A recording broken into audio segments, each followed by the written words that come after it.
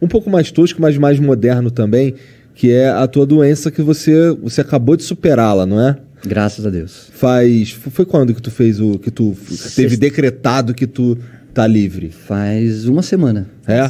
Foi sexta-feira retrasada, vai. É? É. E como é que foi encarar isso, cara, pra você? Cara, tipo, na hora que você recebe a notícia, é uma porrada, né? Tua esposa começa a chorar, tua mãe chora, teus amigos começam a te ligar chorando. Então, você fala, cara, eu não quero morrer.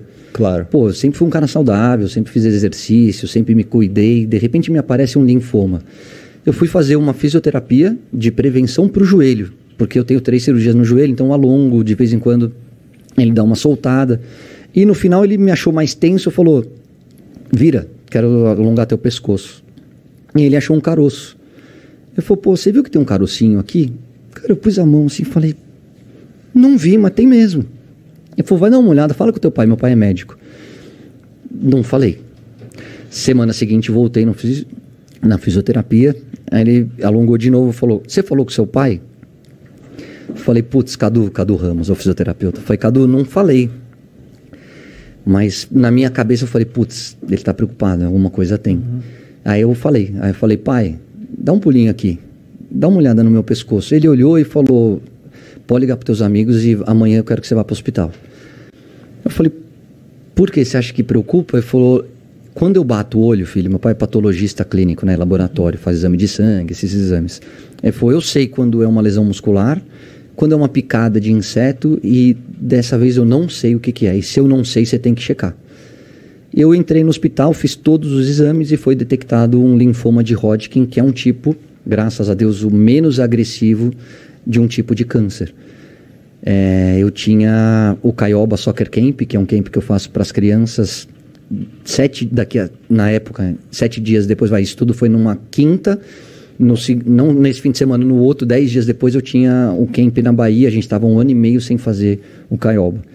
E logo em seguida eu voltava da Bahia direto para o Rio de Janeiro para fazer as Olimpíadas. Então assim, primeiro você administra. Você chora, você fica preocupado, você fala, cara, meus filhos, não posso morrer, não é minha hora ainda. E aí depois você tem 2 opções, ou você afunda ou você enfrenta. E eu peguei minha esposa e falei, apareceu. Não cabe a nós a gente se questionar, a gente se queixar, a gente perguntar o porquê. Apareceu, vamos resolver. E aí eu escolhi um médico que foi, acho que, pelo menos 50% do tratamento. Porque ele falou pra mim, o que você quer fazer? Eu falei, eu quero ir pro Caioba e eu preciso fazer as Olimpíadas. Ele falou, quanto tempo? Eu falei, 1 mês. Ele falou, pode ir.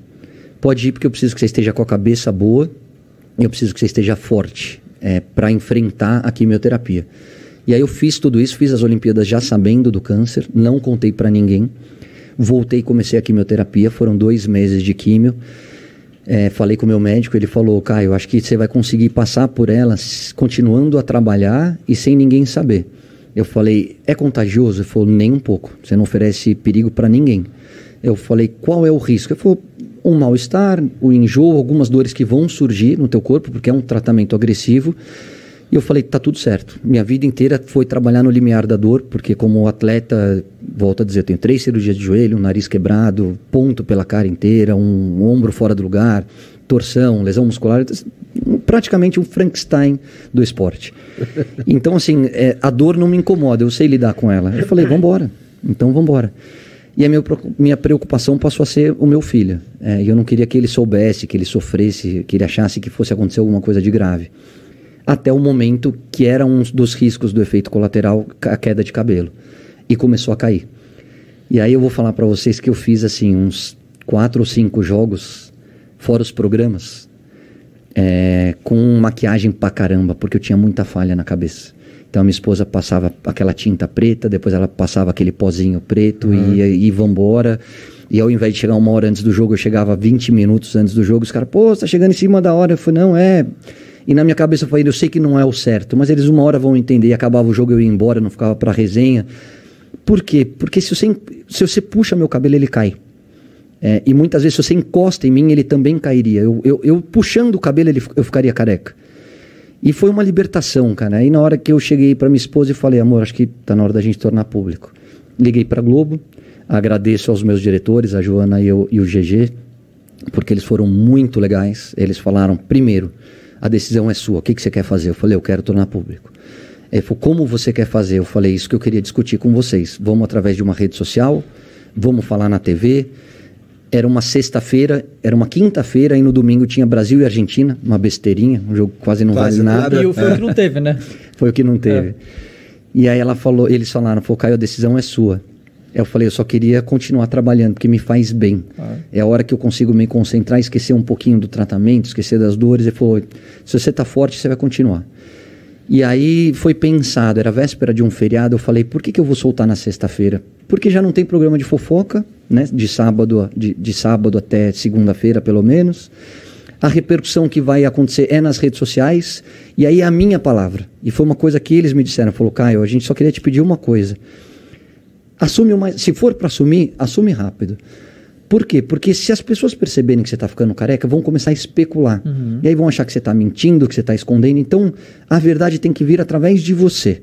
Eu falei, então deixa que eu vou fazer um vídeo, eu solto na minha rede social e vocês podem soltar depois nos programas.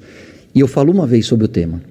Eu dou uma entrevista sobre o câncer, eu quero depois me concentrar no tratamento, e quando eu estiver curado, e eu tenho certeza que eu vou estar curado, aí a gente volta a falar no assunto.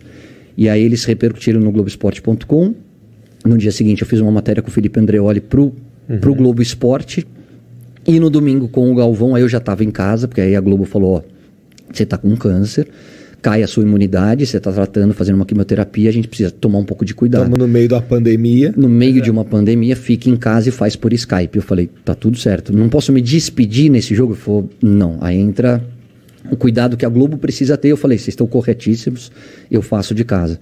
E o Galvão foi muito carinhoso, falou no jogo, né, durante o jogo e no pré-jogo e pós-jogo sobre a doença, me desejando toda a sorte do mundo. E graças a Deus acabou.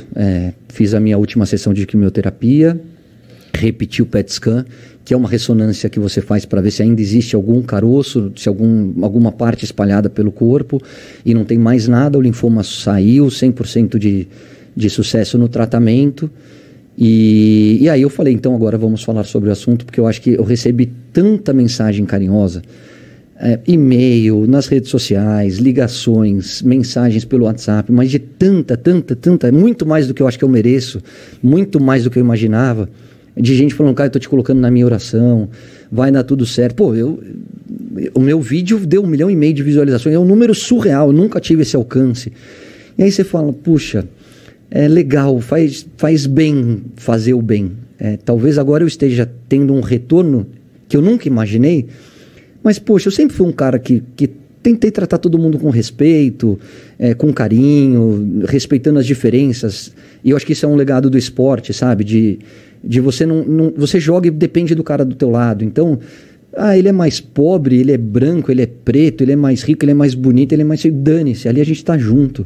Então, eu sou um cara que aprendi a respeitar todo mundo e lidar com as diferenças de uma maneira que é o que eu procuro passar para a educação dos meus filhos. E aí eu falei, cara, num primeiro momento é só carinho e, cara, você vai sair dessa. Num segundo momento foi muita gente dizendo, eu já passei por isso, eu estou passando por isso, ou eu tenho algum familiar ou amigo passando e você não sabe como o teu vídeo fez bem. E eu falei, cara, é legal falar sobre o assunto, mas não falar sobre o assunto se vitimizando. É legal falar sobre o assunto mostrando assim, cara, enfrenta.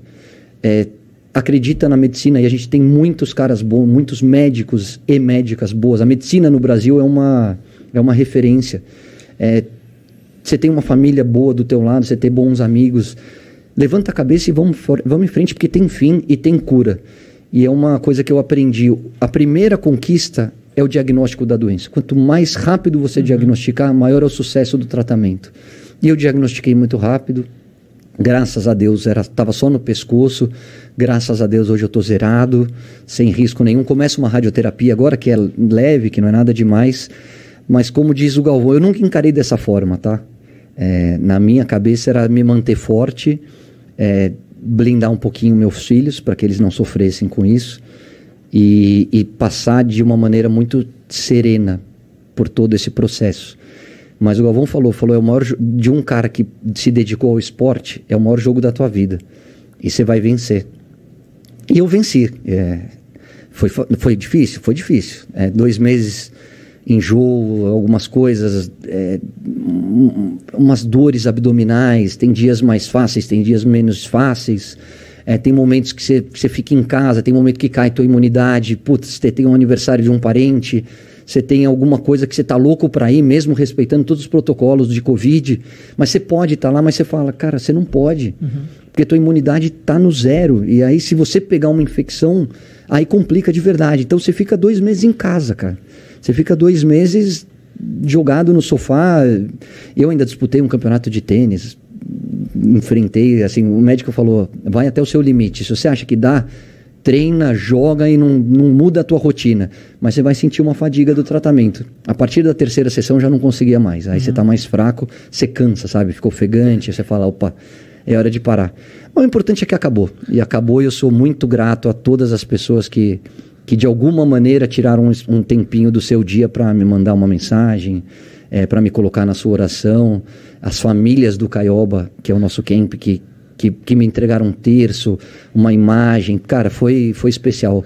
Foi com certeza, no momento de maior dificuldade da minha vida, o momento que eu senti mais amado desses meus 46 anos de existência.